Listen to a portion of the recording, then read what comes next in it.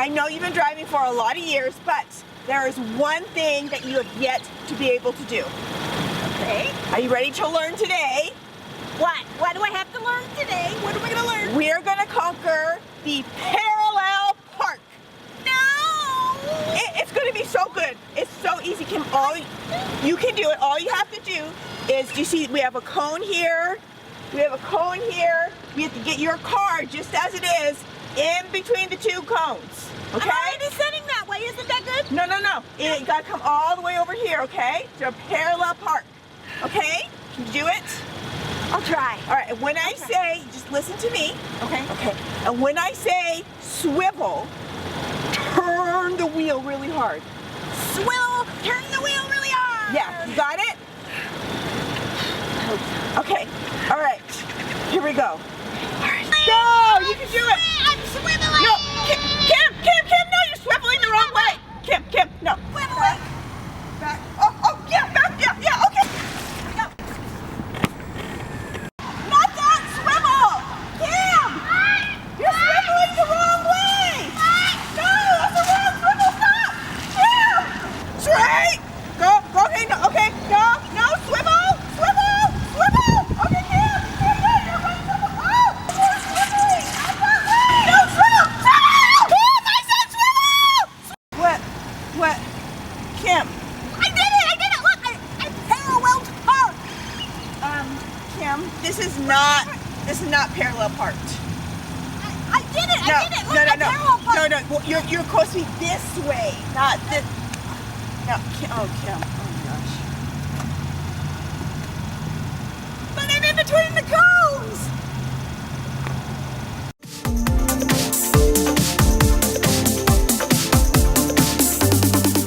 Hey everyone, I'm Kim. And I'm Cassandra, and this is Central Kids TV. Hold up, Kim. We should tell the kids like what's going on. What? What do you mean? We're sitting in a car. We should tell everybody what we're doing. Sure. We are in a car today because Yeah. Cassandra thought it would be a good idea to get some in and out. Oh, okay. So yes, but Kim, your check light engine was on. How long has that been? That means you need to check the car before it breaks down.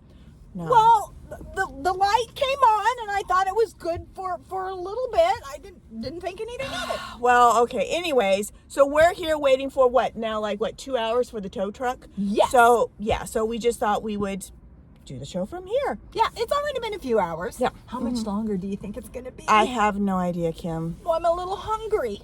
You're do you hungry? think you can grab me a snack from the back? You have food in the car? Of course, I'm Kim. I always have food. Okay. All right. Well, let me see what we got. Oh, Kim.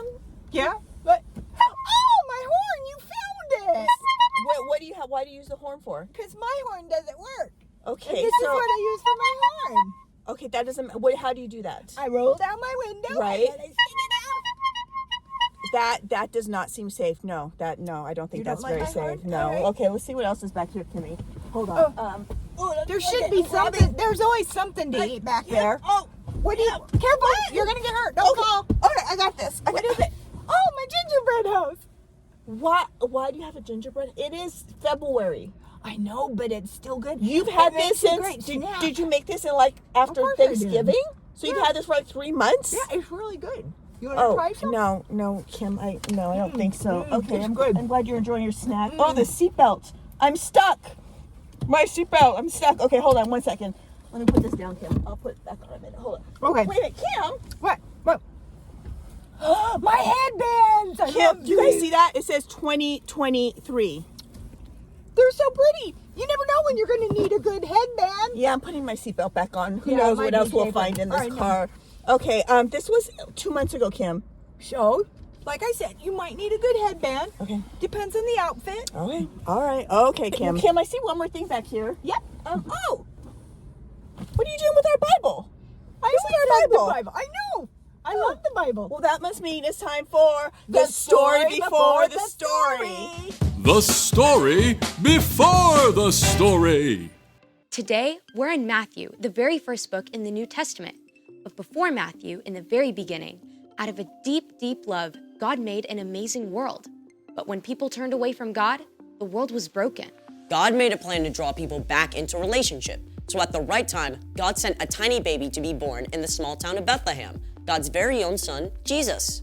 When Jesus grew up, he began to travel from town to town, teaching and healing. And everywhere he went, huge crowds gathered because Jesus spoke with more authority than any other teacher ever.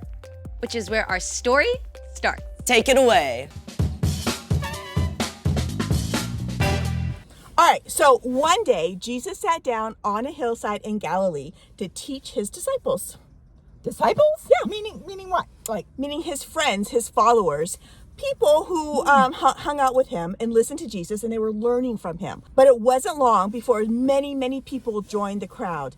They were amazed at what Jesus said. Why? What did he say? Well, he was teaching, and his teaching went beyond anything they'd ever heard before. He said, "Blessed are those who are humble. They will be given the earth." Jesus claimed that people who are sad or humble or hungry, or those who suffered for doing what's right, are actually blessed. He said his followers are like salt and light. I love salt. It brings out the flavors, especially on popcorn. No. I don't think Jesus was talking about popcorn, Kim. But he did say that calling someone a fool is just as bad as, well, What?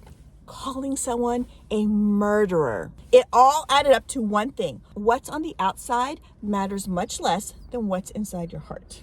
What's in your heart? People squeezed closer to hear as Jesus continued. He said, "You have heard that it was said, 'Love your neighbor, hate your enemy.' But here's what I tell you. Love your enemies, pray for those who hurt you." What? Yep. Up to this point, most wise teachers and philosophers had agreed that you should not hurt someone unless they hurt you first. Then you had every right to hurt them back. You mean if someone punched you in the mouth Yep. and knocked out your tooth, you could punch them back and knock out their tooth? Absolutely. If they had said something mean to you, you should say something just as mean back to them. Wow. But Jesus taught a new way of understanding. Love your enemies. Yeah, well, that's really hard. Yeah, and it's easy to think of your enemy as like really bad guys. Oh, like a supervillain about to destroy the world? Or a dangerous criminal who's out on the run.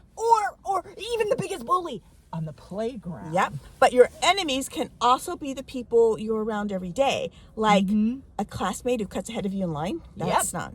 Or even your little brother who's super annoying.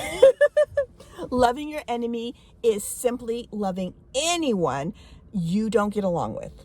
That love is more than a warm, fuzzy feeling. You don't have to feel loving to love your enemies. In fact, you probably won't. Instead, you can speak kind words. If someone insults you, choose something kind in return to say. Don't grumble and complain about them behind their backs. In fact, you can show respect. There might even be something nice you can say about that person. You should also do well to them. If someone trips you up on the way to PE class, you can tell them that's not cool, but don't look for ways to get them back in. And most important of all, pray for them. Ask God to care for your enemy and help you forgive them. Prayer might change your enemy, and it can change your own heart too. Speak, do well, pray. When we love our enemies like that, Jesus went on to say, then you will be children of your Father who is in heaven. He said it's easy to be nice to anyone who's nice to you. Anyone can do that. But God gives good gifts like sunshine and rain to provide for everyone, even people who do wrong things. We're made in God's image. And when we show respect and do good things for those who don't treat us well, we're actually showing others what God is really like. Loving and showing respect to people we like isn't enough. That should be a given, right? Yeah. As followers of Jesus, we should do more than that. We should love and respect people even when we don't get along. That's how Jesus loved people, and that's what he expects from us. Kim, can you guess what the big idea is? Let me think. Show respect even when you don't get along? And respect is showing others they are important by what you do and say.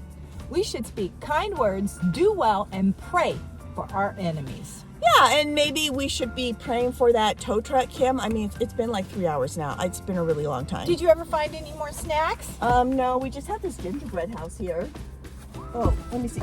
Bye, everyone. We'll see you next week. Bye, guys. We'll see you.